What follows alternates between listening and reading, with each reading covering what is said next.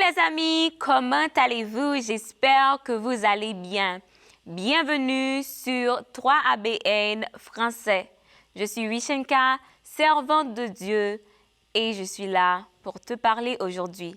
Mon objectif, c'est de t'aider à être la meilleure version de toi.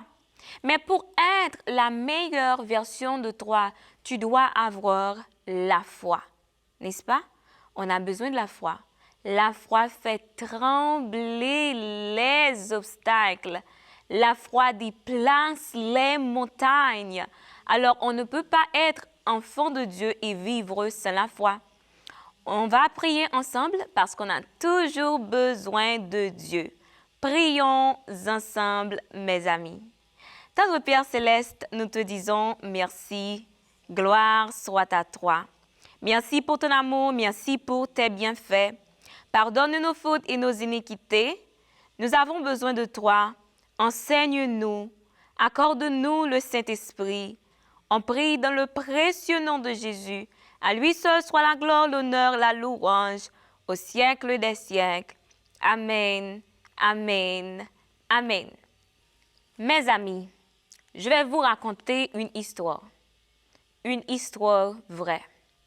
Je me rappelle lorsque j'étais à l'université, j'avais l'habitude d'être malade. J'avais des douleurs atroces. Ma vie était misérable, mais j'avais la foi. Je savais qu'un jour que Dieu allait me guérir. Je savais qu'un jour que Dieu n'allait pas me laisser malade tout le temps. Je le savais, j'avais la foi. Et toi, est-ce que tu as la foi? Je me rappelle lorsque j'avais l'habitude d'aller à l'hôpital, les médecins me disaient toujours, tu n'as rien. Ils ont fait des tas d'examens, des tas de tests. J'ai des douleurs atroces. C'était éphémère. Mais devine quoi? Ils m'ont dit, tu n'as rien. Et moi, je souffre. La maladie est invisible, mais je souffre énormément. Et voilà, un beau jour, Dieu m'a guéri. Toi qui souffres, je veux te dire que Dieu peut te guérir, Dieu peut te délivrer. Tu dois avoir la foi. C'est Dieu qui m'a guéri. Ce n'étaient pas les médecins. Ce ne sont pas les médecins qui m'ont touché ou qui ont fait quelque chose, mais c'est Dieu qui m'a guéri. Alors, il y a une histoire similaire dans la Bible et je viens de le lire pour vous. Il y a cette belle femme. On ne l'a même pas nommée.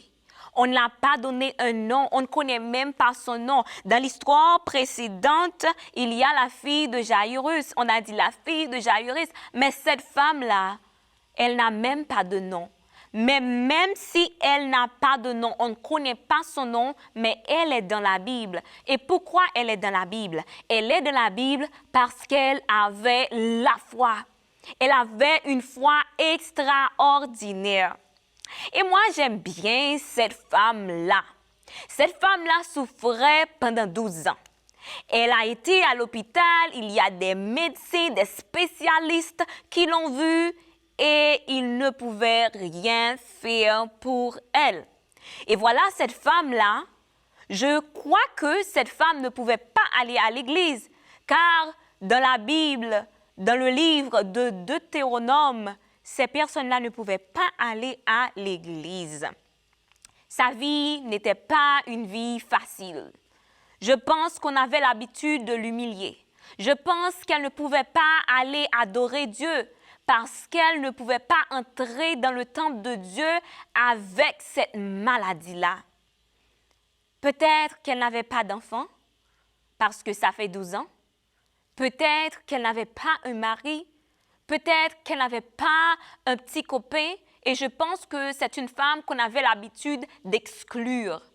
Parce que quand on a ce genre de maladie, il y a des personnes qui pensent même que ces personnes-là étaient maudites.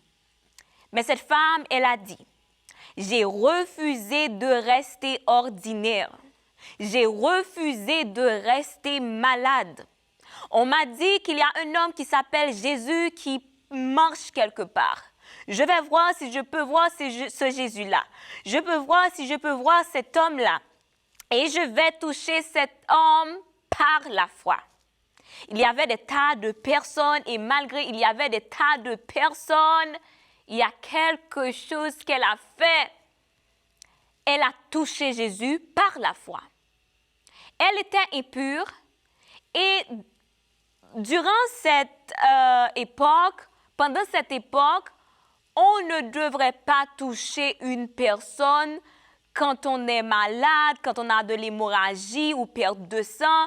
Il ne faut pas toucher une personne parce que si cette personne-là a de l'hémorragie ou une perte de sang et touche une personne, la personne qui a l'hémorragie va causer à la personne qu'elle touche, cette personne deviendra impure, ok? C'est-à-dire, cette femme-là, si elle touche ses amis vont devenir impurs. Mais cette dame avait la foi. Elle savait qu'elle ne peut pas rendre Jésus impur. Elle a dit, je vais toucher Jésus.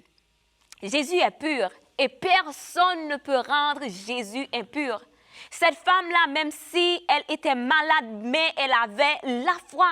Et avec sa foi, elle a dit, moi-même, je ne vais pas laisser Jésus partir sans lui toucher. Elle a dit, je vais oublier la foule. Je vais oublier toutes les choses et je vais toucher Jésus. Et voilà ce qu'elle a fait. Elle a touché Jésus.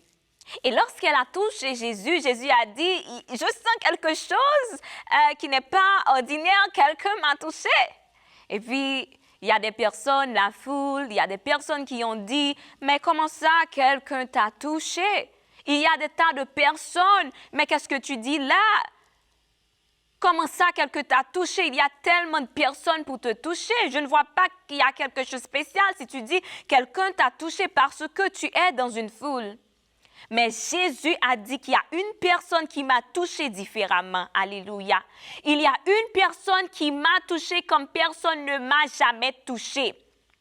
Et parce que la femme avait la foi, elle a touché Jésus et elle fut guérie immédiatement. Alléluia.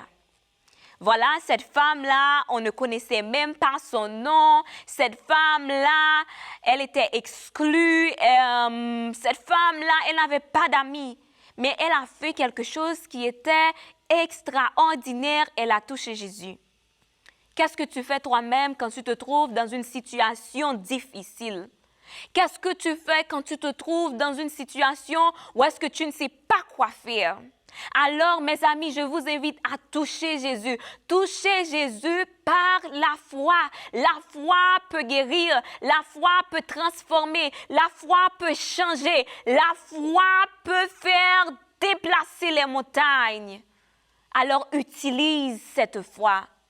À un moment donné, si ce n'était pas la foi, je ne sais pas où je serais parce que j'étais découragée. J'allais même laisser l'école. Mais malgré j'étais malade, j'écrivais mes notes, j'allais à l'école, parfois des larmes aux yeux, je pleure. Je dis, papa, mais quand est-ce que tu vas faire quelque chose pour moi? J'ai jamais arrêté de prier. J'ai jamais arrêté d'adorer Dieu, même si je souffrais. Alors, dans ta souffrance, je t'invite à garder la foi. Dans ta souffrance, je t'invite à fixer les yeux sur Jésus, car si Dieu l'a fait pour moi, il m'a guéri. Dieu peut le faire pour toi également. Je ne pouvais même pas comparer les douleurs que j'en avais. C'était tellement difficile. J'ai tout essayé, même si je prends des pilules, ça ne va pas se calmer. Mais Dieu m'a guéri. Dieu m'a guéri, alléluia. Dieu peut le faire pour toi également, parce qu'il l'a fait pour la femme qui avait l'hémorragie. Cette femme-là, que personne ne connaissait comme une grande femme, est devenue une femme qui est dans plusieurs livres. Elle est dans le livre de Marc, le livre de Luc, et elle est dans Matthieu. Elle est très connue à cause de sa foi. Et toi-même, est-ce que tu comptes de toucher Jésus avec une force? Ça peut arriver que tu me dises, mais Rishinka, comment je peux toucher Jésus? Jésus n'est pas avec moi en ce moment. Comment est-ce que je peux toucher Jésus parce qu'il n'est pas avec moi physiquement? Oui, ça peut arriver que Jésus n'est pas avec toi physiquement, mais Jésus est avec toi en esprit. Tu dois toucher Jésus, tu dois prier et tu dois mettre en tête que la situation va changer. Parfois, Dieu nous laisse dans les moments difficiles, ce n'est pas parce qu'il ne nous aime pas, mais Dieu nous éprouve. Dieu veut que l'on grandisse, il veut augmenter en nous la foi. Mais ce n'est pas parce qu'il veut t'abandonner, ce n'est pas parce qu'il ne t'aime pas, mais il veut t'enseigner. Maintenant, je comprends que quelqu'un me dit que je suis malade et je suis toujours prête à prier pour les malades. Je suis toujours prête parce que je sais qu'est-ce que ça veut dire quand une personne me dit « j'ai des douleurs atroces ». Je remercie Dieu parce que j'ai été dans un moment difficile. Il n'a pas laissé ce moment me détruire, mais il m'a aidé à être plus forte. Je ne sais pas ce que tu traverses. Ça peut arriver que tu n'es pas malade, mais il y a quelque chose que tu aimerais réaliser et ça semble impossible. Je vais te demander d'utiliser ta foi. Rien n'est impossible pour Dieu. Tout est possible pour Dieu. Il peut tout faire. Il n'y a pas de défi pour Dieu parce que Dieu peut faire tout. J'aimerais te dire que ton jour viendra. Ton jour viendra. Ton jour viendra. L'Éternel a un jour qu'il a fixé et cette chose-là qui te tracasse, l'Éternel va te sauver. L'Éternel va te délivrer. L'Éternel va te libérer. Mais il faut toucher Jésus. Ne dis pas qu'il y a trop de monde qui cherche Jésus maintenant. Je ne vais pas chercher Jésus. Il faut chercher Jésus, il faut toucher Jésus.